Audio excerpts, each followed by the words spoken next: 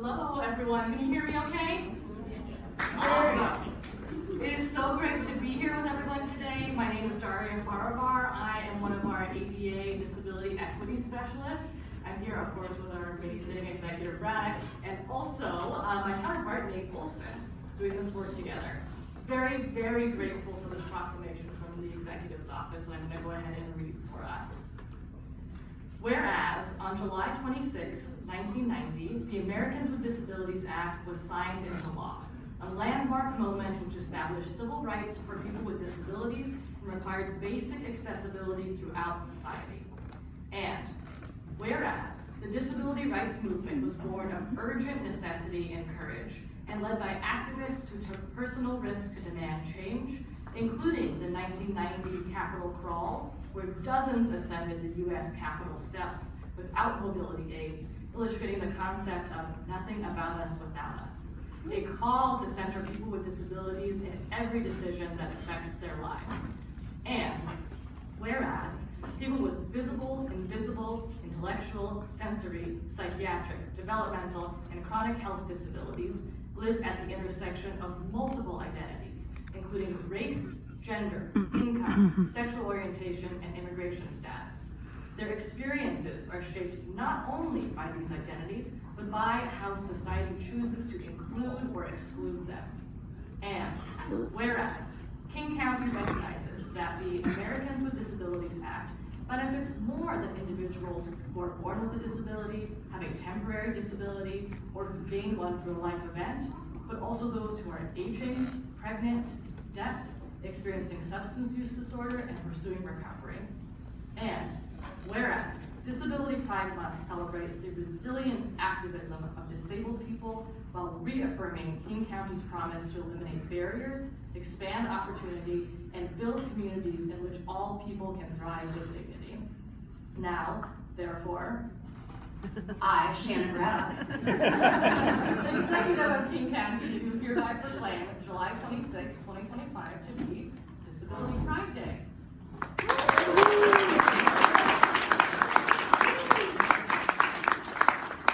And this, of course, would not be possible without some of our community partners, without all of you, but two in particular that really helped us set off on the right foot, holding us accountable and partnering with us together. So we're going to bring up those two organizations now.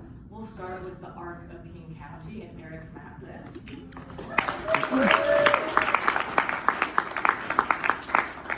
Executive Braddock is going to present that proclamation to Eric, and Eric is going to share a few words. thank you, Eric. How is everyone today? Great. Awesome. My name is Eric Mathis. I'm representing the ARC of King County. Happy to be here with all of you. This proclamation, whereas on July 26, 1990, the Americans with Disabilities Act was signed into law, landmarked a moment which established civil rights for people with disabilities, and required basic accessibility throughout society. And whereas the disability rights movement was born of urgent necessity and coverage and led by activists who took personal risks to demand change, including the 1990 Capitol Crawl. When dozens ascended the U.S. Capitol steps without mobility aids, illustrating the concept of nothing about us without us. A call center people with disabilities in every decision that affects their lives. And whereas people with visible and disability, intellectual,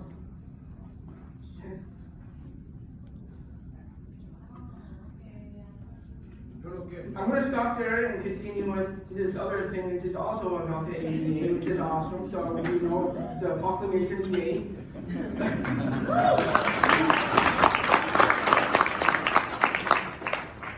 Basically about the the ADA. On this day, in July 26, 1991, George H.W. Bush signed the Americans with Disabilities Act into law. I was 13 years old. But a life with support from family and friends, having great education, being in an active community, and being a self-advocate and an activist, separate, because they're two different things. Also, I had paid jobs when I was in Utah, and I volunteered, I felt accepted, and when I volunteered at the ARC in King County back in 2010, and then I got hired eventually, so that was great. So the ADA protects against discrimination against people with disabilities. For public service, it says people with disabilities must have an equal opportunity to benefit. This means our city and county services and our public schools need to be designed and funded to work for people with disabilities. Buses, parks, and recreation, libraries all need to be accessible.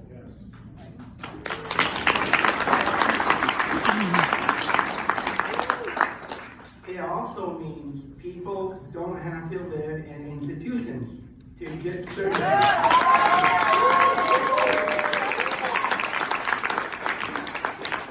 They should be able to be in the community.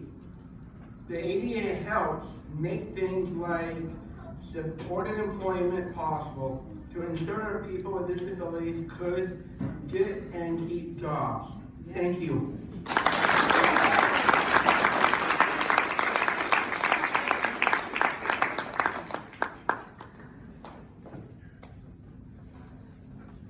Thank you so much to Eric and the ARC of King County for all of your partnership and advocacy. We could not do this without you. Next, I'm going to bring up our friends from the Disability Empowerment Center, Lucy and Reagan, who are also going to accept a proclamation and also share a few words. So welcome to the stage, Lucy and Reagan. Can you see it? Mm-hmm. Good morning, everyone. I hope everyone's doing well this morning. Thank you again to King County Office of Equity, Racial, and Social Justice for putting on this event and for inviting us to be a part of it. My name is Reagan Wheelock. I'm a programs director here at Disability Empowerment Center. Lucy's also on our leadership team. Disability Empowerment Center has existed as a center for independent living, serving our community in King County, Washington since 1977, over 10 years before the signing of the ADA. Our organization exists for the purpose of keeping this community living in the community rather than in institutions.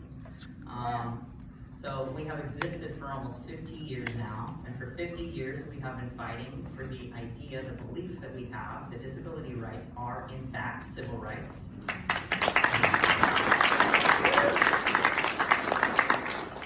And that inclusion, accessibility, and equity for all are not ideas or a vision, but something that we are working towards now. It's very real, and it will happen. It's our vision that we're working towards now. For 35 years now, since the ADA has been signed, we have been fighting for that purpose as well. But we know that that has not stopped. Every day our team hears stories of folks who have disabilities, who are navigating systems in this county that still fall short of equity. Every day we continue to fight for that goal. That's why the ADA is such a landmark decision. It started a work that began 35 years ago, but still continues today. So again, thank you to the King County Office of Equity, Racial, and Social Justice for putting on this event, for inviting us to be a part, and for continuing to stand with us for the work that was started 35 years ago. And thank you everyone for coming out.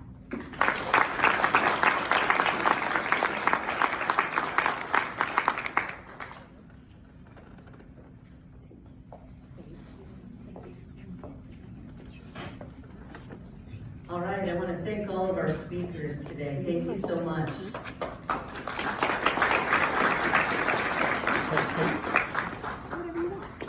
I realized I meant to do this, and I'm going to do it now.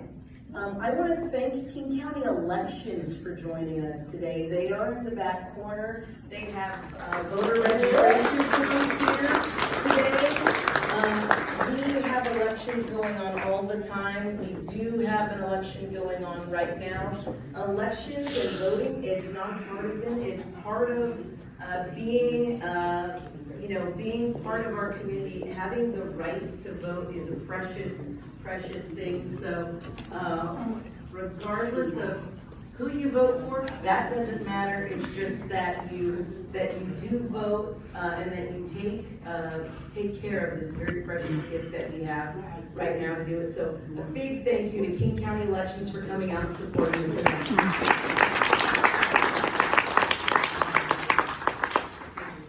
I also want to say there are little stickers on the table. Those are for anybody who wants them. So if you have a naked laptop, if you have a water bottle that is not quite as decoupage as you would like, please take those stickers and share them. It's not a celebration if we don't have some ways to mark it. So you have the stickers, and all of you should also have received a Disability Pride pin. You can wear that all year round. This is Disability Pride Month, but certainly, all of the great flags are not limited to June. So please also enjoy those as well. And if you need extras, you can get extras at the table as well to spread the joy to those who weren't able to make it today.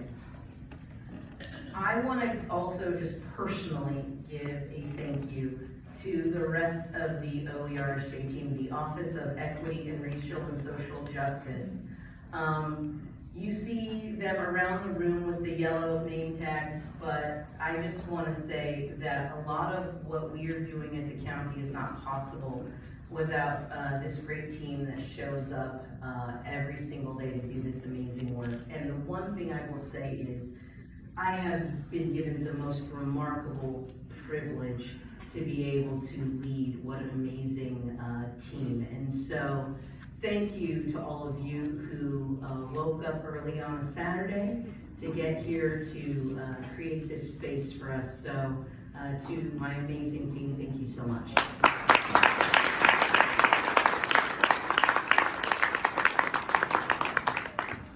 All right.